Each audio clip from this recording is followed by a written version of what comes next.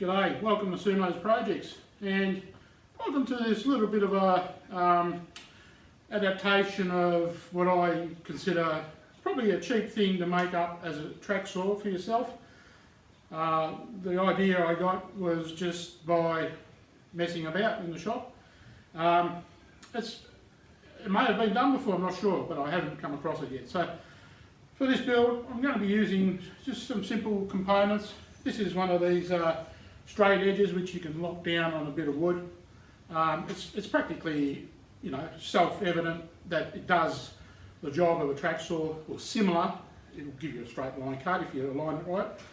But I think we can trick that up a little bit with some simple things. So I'm going to do some modifications on this. I'm using plywood. That's going to be part of the base. Also going to be using some Nerbu. This is hardwood. It's good stuff. It's decking material, but it's at a good width and thickness for this project. And also some T-tracks, T-bolts, and some other components, but let's fly it on as far as what you've got to use. So let's get cracking and let's make up this prototype, come perhaps useful tool. Right. So these lockable straight edges are fantastic by themselves, but I just thought they've got a little bit of a track at the top of them, so the bottom of the T-bolt actually slides into this. I was just thinking about it at the time, and I thought, I wonder if I could do something similar to a track saw. The capacity of these straight edges is about 1400 millimetres or something like 55 inches, so that's quite a sufficient amount to be able to clamp down on a sheet good. So I've cut the Nerbu at a similar size here. I'm just marking it out, and I'm going to just drill some holes and then attach those T-bolts and see where we go from there.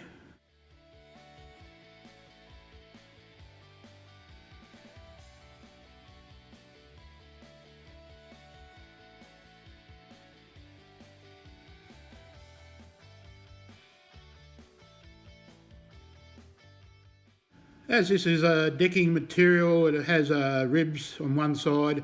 That's allowing for drainage for if it was used to be decking. However, I just want to remove some of this, and it's actually quite heavy, the wood, so this will ease the weight of it and the complete assembly of this project.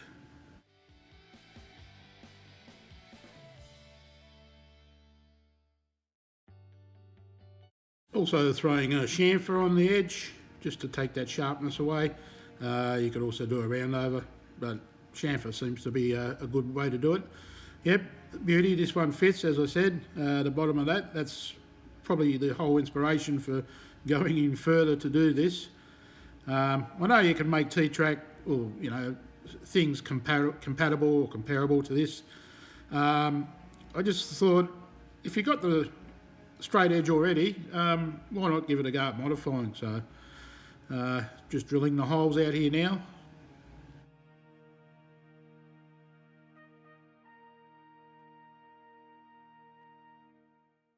I don't know what's going on here. I'm a little bit bewildered. Oh, wrong side of the rule. That's better.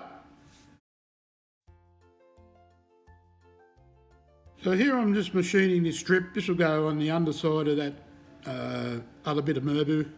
It's because now I've created the gap. So I'm just gluing this on to our sheet of plywood, and as you'll see, I'll then come back and attach that to the other bit of Nerbu.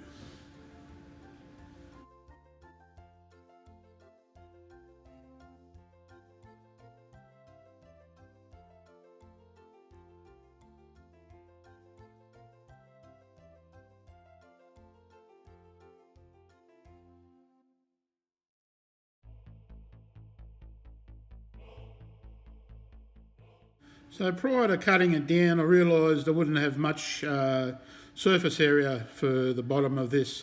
So I've actually cut another bit here and cut it a bit longer for maybe it'll serve the purpose along the line. And that bit also attached, and now I'm just making my maiden cut.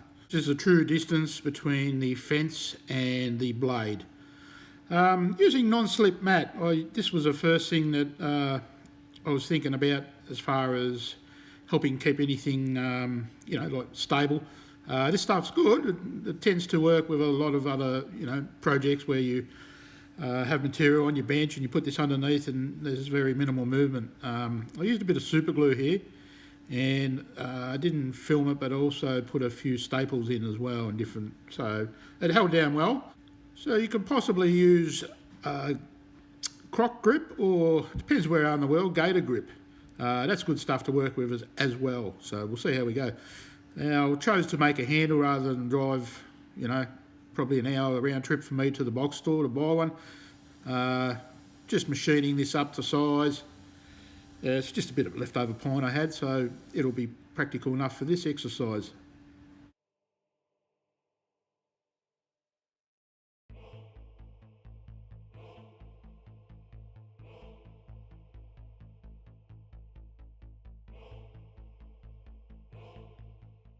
Marking this out as best as I can with a longer ruler, and for the contours you can see that little sanding pad, that one, that's quite a handy thing to do your radiuses with.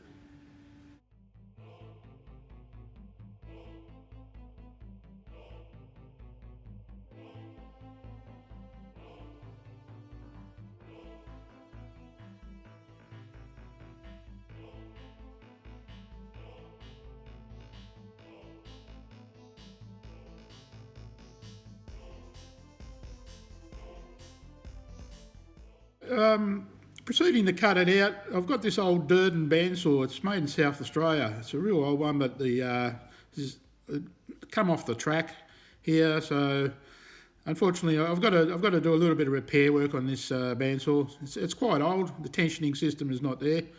So got the sort of resawing blade in. So I'll just chatter away at this, get the rough outline, and then throw it on the sander.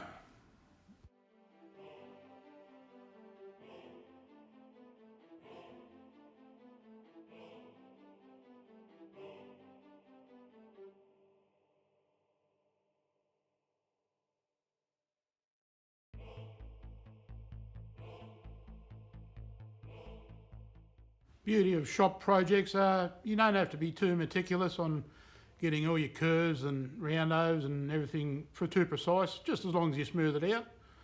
And yeah, that's the main aim here.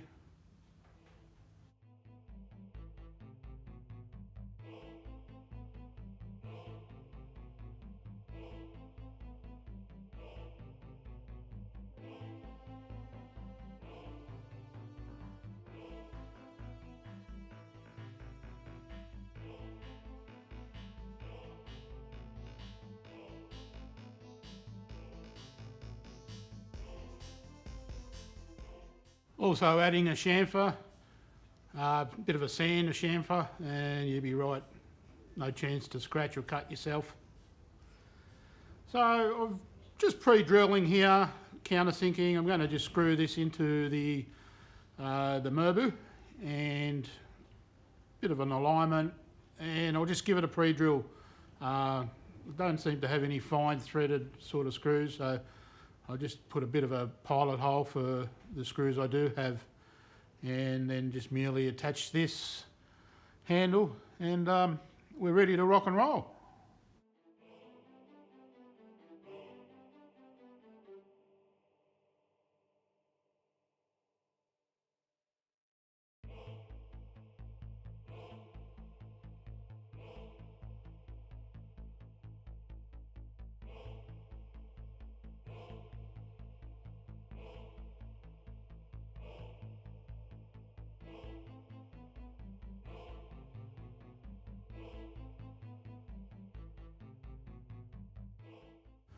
Unfortunately, the only sheet good I've got handy at the moment is this dirty old bit of OSB.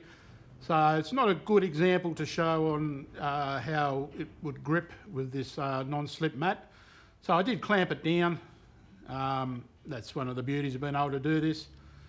pick up your line and run your cut through. And all the cuts I did do, I was very, very pleased with. So it's looking like it's going to be a good friend to me in the future. So there you go. I'm very pleased with this. This has come up all right. It's for what it is. Wasn't something that cost me the earth, and I was just tinkering around. I might make some little variations to it. The gator grip might be a bit more suitable for different materials.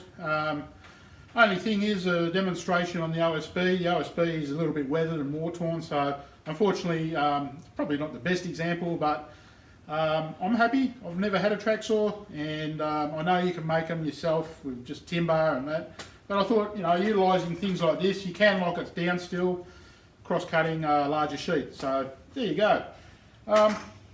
Please leave a comment, hit the like button, subscribe to Sumo's projects if you haven't yet already. That's very much appreciated and helps me.